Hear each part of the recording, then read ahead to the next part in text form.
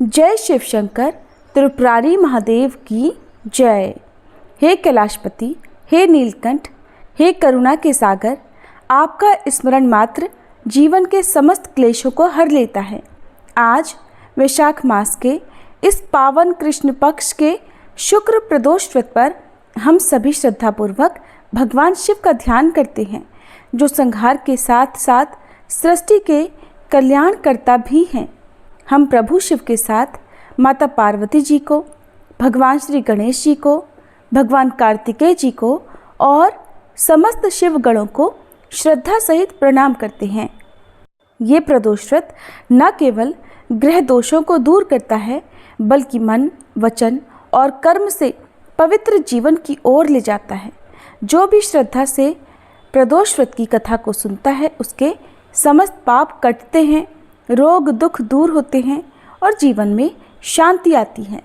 इस पवित्र व्रत की कथा सुनना भगवान शिव के श्री मुख से स्वयं अमृत समान वाणी को सुनने के बराबर माना गया है।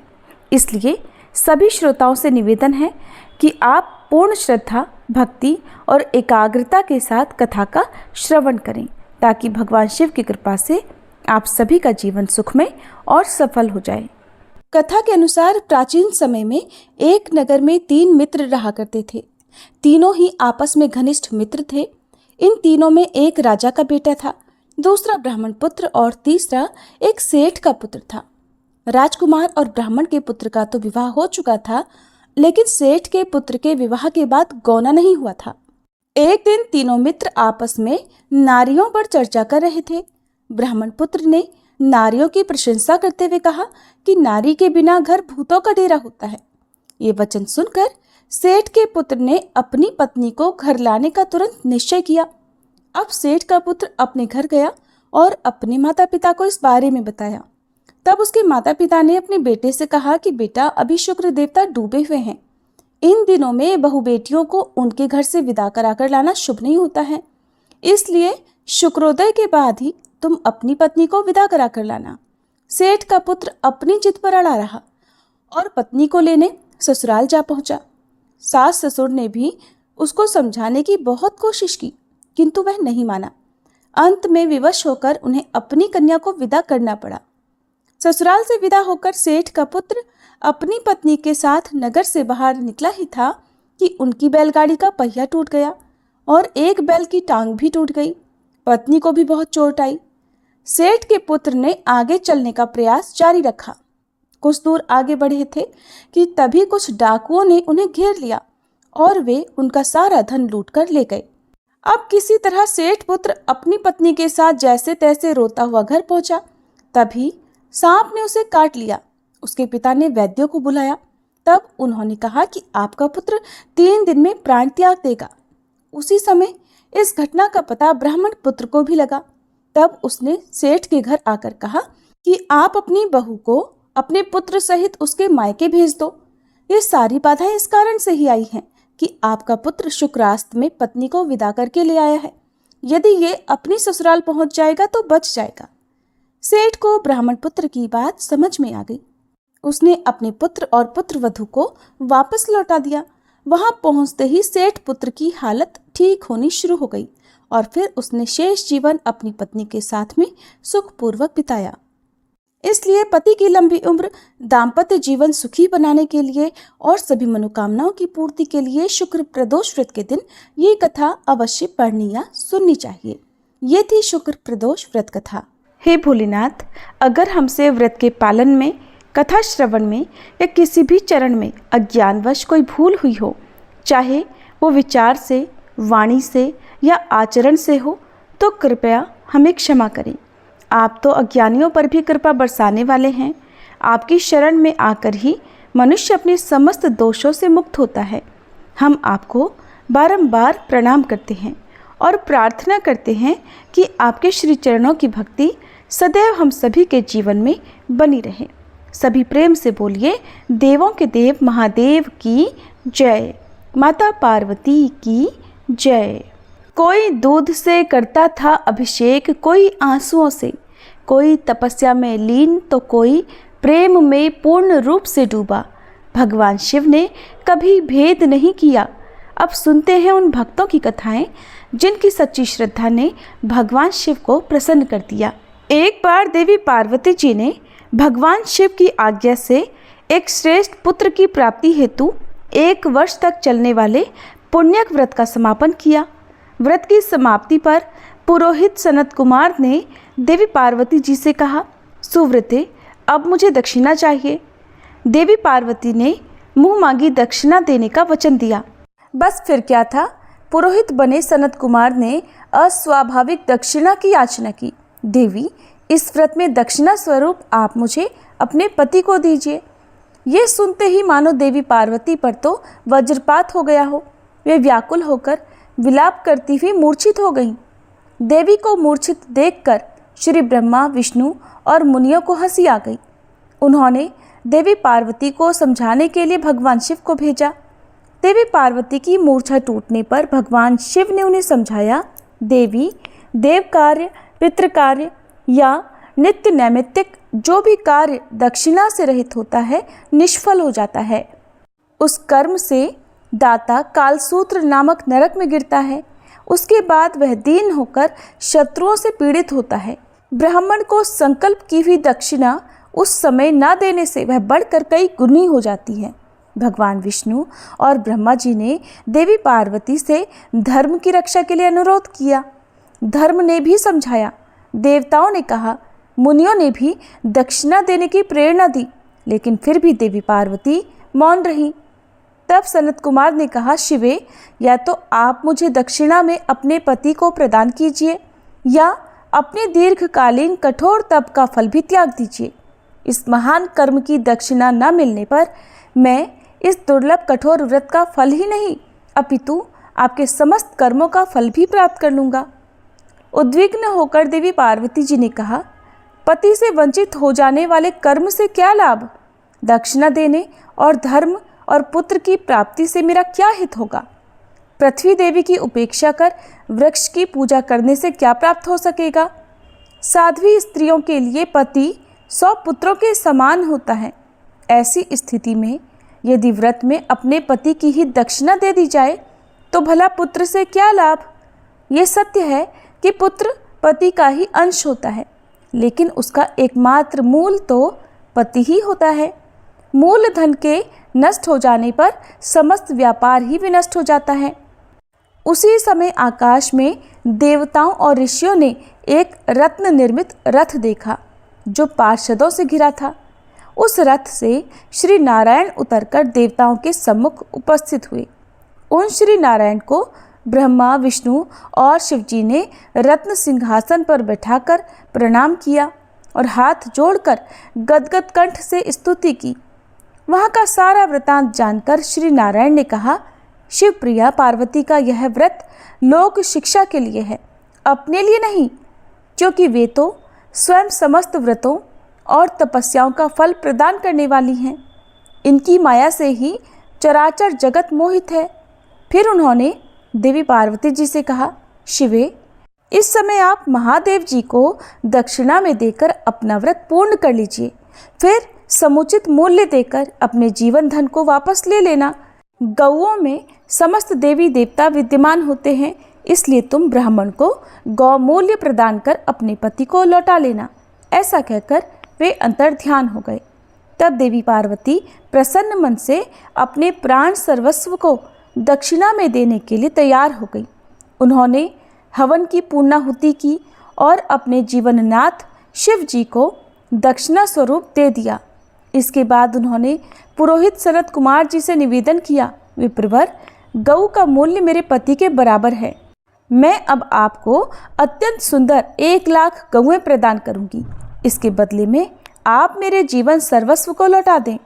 प्राणनाथ के मिल जाने पर मैं पुनः ब्राह्मणों को विपुल दक्षिणाएं प्रदान करूंगी। तब सनत कुमार ने पार्वती जी से कहा, देवी, मैं ब्राह्मण हूँ, 1 लाख गौएं लेकर मैं भला क्या करूँगा? इस दुर्लभ रत्न के सामने 1 लाख गौओं की क्या तुलना? मैं इन्हें साथ में लेकर त्रिलोक में भ्रमण करूँगा। उस समय समस्त बालक इन्हें देखकर प्रसन्नतापूर्वक ताली बजा बजाकर अट्टहास करेंगे। कहने के साथ ही सनत कुमार ने भगवान शिव को अपने पास ही बिठा लिया। सनत कुमार ने भगवान शिव को वापस नहीं किया, ये देखकर और ये सुनकर देवी पार्वती जलहीन मछली की तरह छटपटाने लगी। उन्होंने मन ही मन सोचा, कैसा दुर्भाग्य है मेरा कि मुझे ना तो अभीष्ट देव का दर्शन ही हुआ, न ही व्रत का फल प्राप्त हो सका। अधीर होकर अब वे अपने प्राण त्यागने के लिए तत्पर हो गई। अचानक उसी समय आकाश में तेज समूह प्रकट हुआ। उस तेज समूह को देखकर देवी पार्वती ने उससे अपने ऊपर दया करने को कहा और उस मह तेज राशि के मध्य विश्व मोहन श्री कृष्ण स्वरूप का दर्शन किया। ऐसे भुवन मोहन अनूप रूप को देखकर भगवती पार्वती उसी के समान पुत्र की कामना करने लगी और उसी क्षण उन्हें वह वर भी प्राप्त हो गया। इसके बाद वह तेज वहीं तिरोहित हो गया। तब देवताओं ने ब्रह्मपुत्र सनत कुमार को समझाया। सनत कुमार ने दिगंबर शिव को उनकी प्राणेश्वरी पार्वती जी को वापस लौटा दिया। प्रिय श्रोताओं, अब आपको सुनाते हैं नवग्रहों की कथा। ज्योतिष शास्त्र में नवग्रहों को बहुत ही महत्वपूर्ण माना जाता है, क्योंकि इन्हीं ग्रहों की चाल के कारण सभी राशियों के जीवन पर सकारात्मक या नकारात्मक प्रभाव पड़ते हैं। लेकिन कथा सुनाने से पहले आपको नवग्रहों के माता पिता के बारे में भी बताते हैं कि इन सभी नवग्रहों के माता पिता कौन हैं। ज्योतिष विज्ञान में ग्रह और उनकी दशा का विशेष महत्व है। ये सभी नवग्रह किसी न किसी क्षेत्र जैसे शिक्षा, ज्ञान, धन, लाभ, हानि इनका प्रतिनिधित्व करते हैं। सबसे पहले ग्रह की बात करते हैं सूर्य। सूर्य देव के पिता का नाम कश्यप है और इनकी माता अदिति हैं। पंच देवताओं में सूर्य देव का विशेष महत्व है। इनकी दो पत्नियां हैं जिनका नाम संध्या और छाया है। शनिदेव भगवान सूर्य के पुत्र हैं और यमराज और देवी यमुना भी इनकी संतान हैं। दूसरे ग्रह हैं चंद्र ग्रह। चंद्रदेव महर्षि अत्रि के पुत्र हैं और उनकी माता का नाम अनुसुईया है। शास्त्रों के अनुसार चंद्रदेव की 27 पत्नियां हैं जो 27 नक्षत्रों का प्रतिनिधित्व करती हैं। चंद्रदेव बुध ग्रह के पिता हैं। तीसरे ग्रह है मंगल ग्रह। शास्त्रों में बताया गया है कि मंगल देव के पिता भगवान शिव हैं और भूदेवी इनकी माता हैं। मंगल पूरी तरह से ब्रह्मचारी हैं। मांगलिक दोष का संबंध भी इन्हीं ग्रह से होता है। चौथे ग्रह हैं बुध ग्रह। बुध देव के पिता चंद्र और देवी तारा इनकी माता का नाम है। बुध देव को समस्त वेद और शास्त्रों का ज्ञान देवगुरु बृहस्पति से प्राप्त हुआ था और इनकी पत्नी का नाम इला है। चंद्र वंश का प्रारंभ भी इन्हीं से हुआ था। चौथे ग्रह हैं बृहस्पति। देवगुरु बृहस्पति के पिता महर्षि अंगिरस हैं। सुरूपा इनकी माता का नाम है और इनकी पत्नी का नाम तारा है। महाभारत काल में मुख्य भूमिका निभाने वाले गुरु द्रोणाचार्य इनके पौत्र माने जाते हैं। शास्त्रों में इन्हें देवताओं का गुरु भी बताया गया है। पांचवें ग्रह हैं शुक्र ग्रह। शुक्र देव के पिता भृगु ऋषि हैं और काव्य माता इनकी माता का नाम है। इन्हें कठिन तप के कारण भगवान शिव से मृत संजीवनी विद्या प्राप्त हुई थी। इनकी पत्नी का नाम जयंती है, जिन्हें देवराज इंद्र की पुत्री के रूप में जाना जाता है। छठे ग्रह है शनि ग्रह। शनिदेव भगवान सूर्य के पुत्र हैं और इनकी माता का नाम छाया है।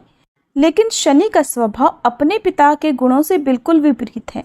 शनिदेव कर्मों के अनुसार फल प्रदान करते हैं और इनकी पत्नी का नाम धामिनी है। सातवें आठवें ग्रह के रूप में राहु और केतु को जाना जाता है, जो कि समुद्र मंथन के समय तक अमृत पान करने से पहले तक स्वर भानु था, जिसके पिता का नाम विप्रचित्त है और माता का नाम सिंहिका है। राहु की दो पत्नियां हैं जिनका नाम नागवल्ली और नागकणी है। इनका वाहन काले अश्वों वाला रथ है। वहीं स्वर भानु दैत्य के धड़ से केतु उत्पन्न हुए थे जिनका वाहन चील है। ये तो था सभी नवग्रहों का परिचय। अब सुनिए नवग्रहों की कहानी। एक बार की बात है, किसी गांव में एक भाई बहन रहते थे। बहन का विवाह हो चुका था, तो एक दिन भाई अपनी बहन से मिलने के लिए उसकी ससुराल जा रहा था। रास्ते में भाई को एक सांप मिला और कहने लगा, मैं तुझे डसूंगा। भाई बोला, हे नाग देवता, मैंने ऐसा कौन सा अपराध किया है जो आप मुझे डसोगे? मैं तो अपने माँ बाप का एक ही पुत्र हूँ, बहन का एक ही भाई हूँ। मेरी पत्नी और मेरे बच्चे घर पर मेरा इंतज़ार कर रहे हैं, आप मुझे क्यों डसना चाहते हो? तब वह सांप बोला, तुम्हारे 9 ग्रहों की दशा लगी है, इसलिए मैं तुम्हें डस लूँगा। जब सांप किसी भी तरह राजी नहीं हुआ तो वह बोला कि ठीक है, मैं अपनी बहन के घर उससे मिलने जा रहा हूँ। जब मैं वापस आऊँगा तब तुम मुझे डस लेना। सांप बोला, क्या पता तुम वापस आते समय इस रास्ते से आओ या ना आओ, मैं तो तुम्हें अभी डसूंगा। तब वह लड़का बोला कि ठीक है, तुम ऐसा करो, मेरे इस थैले में बैठ जाओ। जब मैं अपनी बहन से मिलकर वापस आऊँगा तब तुम मुझे डस लेना। सांप ने उसकी बात मान ली और थैले में बैठ गया। लड़के ने ऊपर से बेलपत्र ढक दिए ताकि वह किसी को दिखाई ना दे और फिर अपनी बहन के घर पहुंच गया। बहन उस समय 9 ग्रहों की कहानी कह रही थी। उसने भाई को आया हुआ देखकर भाई से कहा कि भाई तुम बैठो, मैं पहले 9 ग्रहों की कहानी कह लूँ। तुम बैठो और मेरी कहानी भी सुनो। बहन ने कहानी कही, भाई ने कहानी सुनी। जीवों की, जानवर की, हाथी की, घोड़े की, कुत्ते की, बिल्ली की, भाई की, बहन की, घर के धनी की, बेटी जवाई की, देवरानी जिठानी की, सास ससुर की, संग की, सहेली की, सबके ग्रह शांत हो जाएं। घर चले 8 पग, आदमी चले 4 पग, सांप बिच्छू भंवरे सब आग में जले। ऐसे भाई को कहानी सुनाकर बहन खड़ी हो गई और भाई के पास रखे थैले को देखकर भाई से बोली, भाई थैले में क्या लाए हो? इससे पहले कि भाई कुछ कहता उसने वह थैला उठाया और घर के अंदर ले गई। थैला खोलकर देखा तो बेलपत्र, केले और संतरे बन गए और सांप एक चमचमाता हुआ हार बन गया। जब हार पहनकर वह बहन बाहर आई तो बहन के गले में चमचमाता हार देखकर भाई बोला, बहन इतना कीमती हार तुम कहाँ से लाई हो? बहन बोली, भाई तुम ही तो लाए हो मेरे लिए। थैले में केले और संतरे के साथ हार भी तो था। भाई ने सुना तो हैरान रह गया और बोला, बहन उसमें हार नहीं बल्कि मेरी मृत्यु का सामान था। ऐसा कहकर उसने सारी बात अपनी बहन को बताई और फिर कहने लगा कि बहन ये तेरे ही 9 ग्रहों की कहानी का प्रभाव है, जो वह सांप हार बन गया। अब ये हार तू ही रख ले। कुछ दिनों के बाद बहन के घर रहने के बाद जब भाई वापस चलने लगा तो बहन बोली, भाई तुम्हारे 9 ग्रहों की दशा लगी है, तुम घर जाकर भाभी से कहना कि वो 9 ग्रहों की कहानी कहे। ऐसा कहकर उसने अपने भाई को विदा किया। भाई जब अपने घर पहुंचा और जाकर अपनी पत्नी से बोला कि सुनो, हमारे 9 ग्रहों की दशा लगी है, हम नवग्रह की कहानी रोज कहा करेंगे। मैं कहूँगा और तुम सुनना, तुम कहोगी तो मैं सुनूंगा। फिर बोला, जाओ 1 लोटा जल का भरकर लाओ, साथ में चावल और चीनी के दाने भी लेकर आओ। उसकी पत्नी सारी सामग्री ले आई। कहानी कही, जीव की, जानवर की, हाथी की, घोड़े की, कुत्ते की, बिल्ली की, देवरानी जिठानी की, सास ससुर की, घर के धनी की, बेटी जवाई की, भाई बहन की, सबके 9 ग्रह शांत हो जाइयो। घर चले 8 पग, आदमी चले 4 पग, सांप बिच्छू भंवरे सब आग में जल जाइयो। सभी 9 ग्रहों को नमस्कार है। जैसे 9 ग्रहों की दशा भाई की उतरी, वैसे ही इस कहानी को कहते सुनते और हुंकारा भरते सब की उतरे। सब पर 9 ग्रहों की कृपा बनी रहे। अब सुनिए श्री शिव चालीसा पाठ और उसके बाद हम सभी मिलकर भगवान शिव की आरती करेंगे। जय गणेश गिरिजा सुवन, मंगल मूल सुजान, कहत अयोध्या दास तुम, देहु अभय वरदान। जय गिरिजापति दीन दयाला, सदा करत संतन प्रतिपाला। भाल चंद्रमा सोहत नीके, कानन कुंडल नाग फनी के। अंग गौर शिर गंग बहाए, मुंड माल तन क्षार लगाए। वस्त्र खाल बाघंबर सोहे, छवि को देखी नाग मन मोहे। मैना मातु की हवे दुलारी, बाम अंग सोहत छवि न्यारी। कर त्रिशूल सोहत छवि भारी, करत सदा शत्रुन क्षयकारी। नंदी गणेश सोहे तह कैसे, सागर मध्य कमल हैं जैसे। कार्तिक श्याम और गणुराऊ, या छवि को कहीं जात न काऊ। देवन जब ही जाय पुकारा, तब ही दुख प्रभु आप निवारा। किया उपद्रव तारक भारी, देवन सब मिली तुम ही जुहारी। तुरत षडानन आप पठायऊ, लव निमेष मह मारी गिरायऊ। आप जलंधर असुर संहारा, सुयश तुम्हार विदित संसारा। त्रिपुरासुर सन युद्ध मचाई, सब ही कृपा कर लीन बचाई। किया तपहि भगीरथ भारी, पूरब प्रतिज्ञा तासु पुरारी। दानिन मह तुम सम को नाही, सेवक स्तुति करत सदाही। वेद नाम महिमा तब गाई, अकथ अनादि भेद नहीं पाई। प्रकटी उदधि मंथन में ज्वाला, जरत सुरासुर भये विहाला। कि नहीं दया तह करी सहाई, नीलकंठ तब नाम कहाई। पूजन रामचंद्र जब कीन्हा, जीत के लंक विभीषण दीन्हा। सहस कमल में हो रहे धारी, कीन्ह परीक्षा तब ही पुरारी। एक कमल प्रभु राखे उजोई, कमल नयन पूजन चह सोई। कठिन भक्ति देखी प्रभु शंकर, भय प्रसन्न दिए इच्छित वर। जय जय जय अनंत अविनाशी, करत कृपा सबके घटवासी। दुष्ट सकल नित मोहि सतावे, भ्रमत रहो मोहि चैन न आवे। त्राहि त्राहि में नाथ पुकारो, ये ही अवसर मोहि आन उबारो। ले त्रिशूल शत्रुन को मारो, संकट से मोहि आन उबारो। मात पिता भ्राता सब होई, संकट में पूछत नहीं कोई। स्वामी एक है आस तुम्हारी, आये हरहु मम संकट भारी। धन निर्धन को देत सदाही, जो कोई जाचे सो फल पाही। स्तुति के ही विधि करे तुम्हारी, क्षमहु नाथ अब चूक हमारी। शंकर हो संकट के नाशन, मंगल कारण विघ्न विनाशन। योगी यति मुनि ध्यान लगावे, शारद नारद शीश नवावे। नमो नमो जय नमः शिवाय, सुर ब्रह्मादिक पार न पाए। जो यह पाठ करे मन लाई, तापर होत है शंभु सहाई। ऋनिया जो कोई हो अधिकारी, पाठ करे सो पावनहारी। पुत्रहीन कर इच्छा जोई, निश्चय शिव प्रसाद तेहि होई। पंडित त्रयोदशी को लावे, ध्यान पूर्वक होम करावे।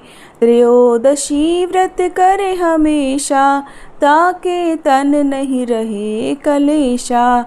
धूप दीप नैवेद्य चढ़ावे, शंकर सम्मुख पाठ सुनावे। जन्म जन्म के पाप नसावे, अंत धाम शिवपुर में पावे। कहे अयोध्या दास आस तुम्हारी, जानी सकल दुख हरहु हमारी। नित नेम कर प्रातः ही, पाठ करो 40, तुम मेरी मनोकामना पूर्ण करो जगदीश। मगसर छठी है मंत्र ऋतु, संवत 64 जान। स्तुति 40 शिव ही, पूर्ण कीन कल्याण। ओम जय शिव ओमकारा, स्वामी जय शिव ओमकारा।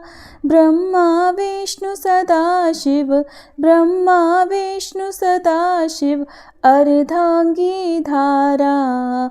ओम जय शिव ओमकारा। एकानन चतुरानन, पंचानन राजे, स्वामी पंचानन राजे। हंसासन गरुड़ासन वृषवाहन साजे। ओम जय शिव ओमकारा। दो भुज चारु चतुर्भुज 10 भुज अति सोहे। स्वामी 10 भुज अति सोहे। त्रिगुण रूप निरखता त्रिभुवन जन मोहे। ओम जय शिव ओमकारा। अक्षमाला वनमाला मुंडमाला धारी। स्वामी मुंडमाला धारी। चंदन मृग मद सोहे भाले शशिधारी। ओम जय शिव ओमकारा।